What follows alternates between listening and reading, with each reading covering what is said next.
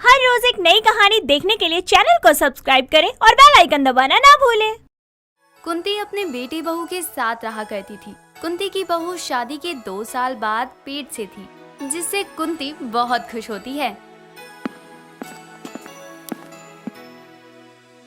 अरे क्या बात है कुंती, तू तो आजकल नजर ही नहीं आती।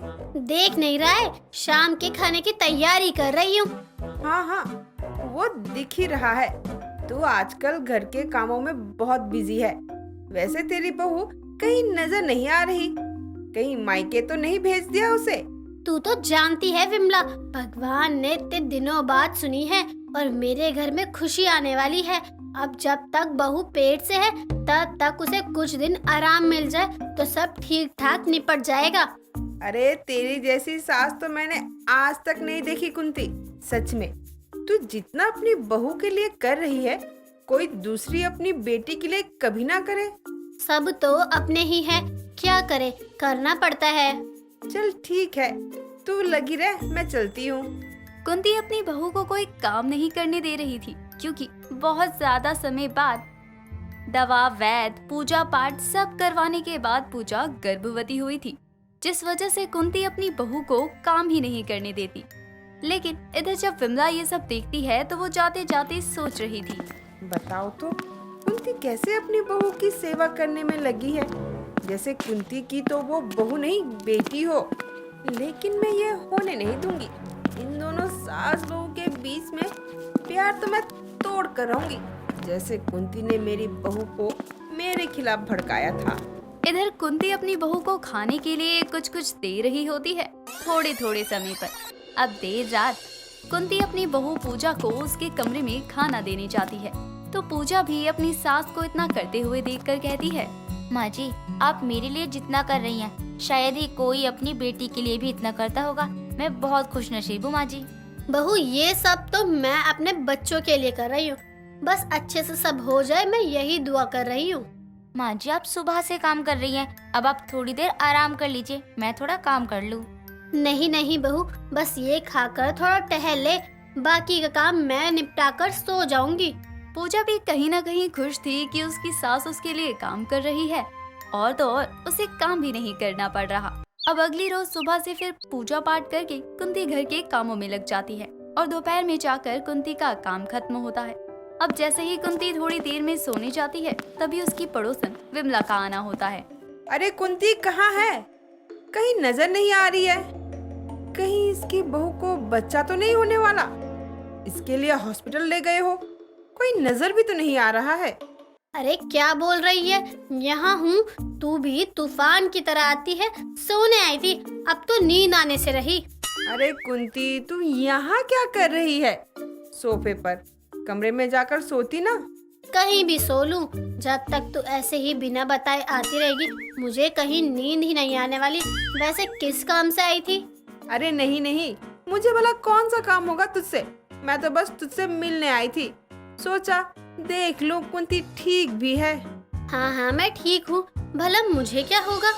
वैसे सच कहूँ कुंती, कुछ खाया पिया कर, देख तो आंखें भी निकली जा रही है। देख विमला, जब तू मुझे भड़का ही रही है तो अच्छे से भड़का ले। राम राम, ना ना, मैं किसी का घर तोड़ने वाला काम नहीं करती कुंती। वैसे तेरी बहू कहाँ है? अभी तक सो रही है क्या? हाँ, आराम कर रही है, उसे आराम की बहुत जरूरत है, लेकिन उसे मैं चलने फिरने के लिए कहती हूँ। विमला तो कुंती को भड़काने आई थी, और वो कुंती को बड़े ही प्यार से अपनी बातों में फंसाने की कोशिश करती है। सच कहूँ तो मेरी बड़ी बहन की बहू जो है, उसको ऐसे ही बच्चा नहीं हो रहा था। उसकी सास भी उसकी खूब सेवा करती थी जब वो पेट से थी, लेकिन इतना सेवा करने का फायदा ही क्या हुआ? उसका बच्चा लंगड़ा निकला। राम रे राम, ये तू क्या कह रही है? बताओ, इतनी सेवा पानी के बाद भी अगर बच्चा ऐसा हुआ तो कितना दिल दुखेगा विमला तेरी बहन का।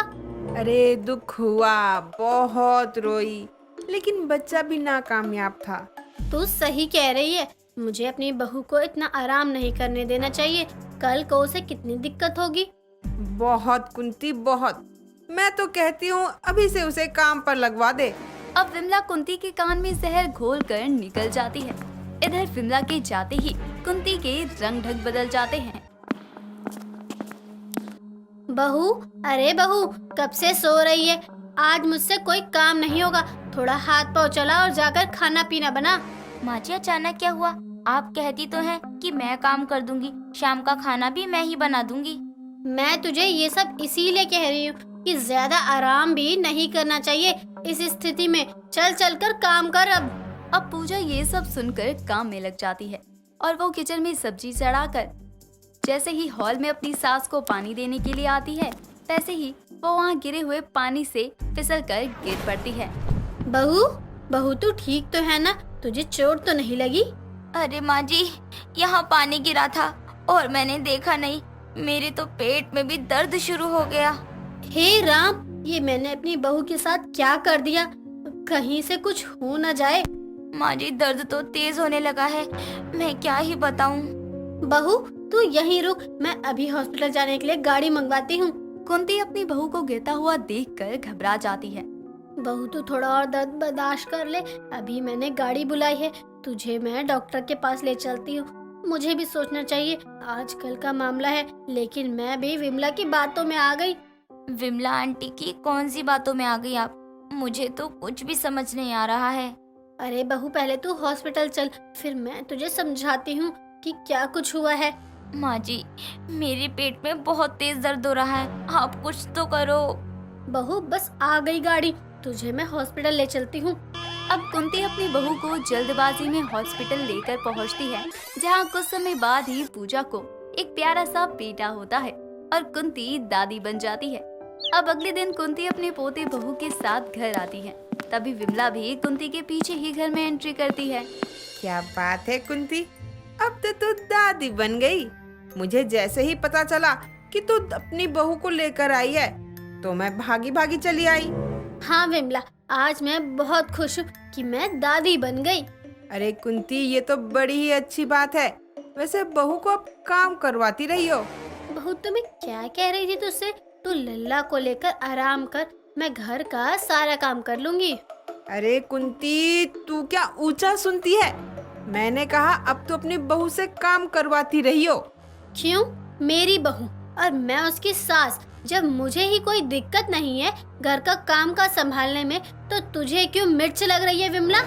बताओ, अब भलाई का जमाना ही कहाँ है? मैं तो तेरी बहू के भले के लिए ये सब कह रही थी।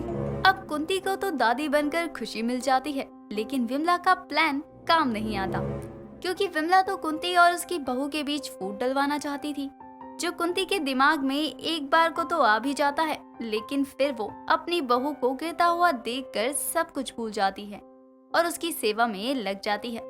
तभी कुंती के घर से एक नन्हे और नए मेहमान की एंट्री होती है। दोस्तों, अगर आपको ये कहानी पसंद आई तो इसे लाइक करें, शेयर करें और कमेंट करके बताएं कि कहानी में आपको सबसे अच्छा क्या लगा।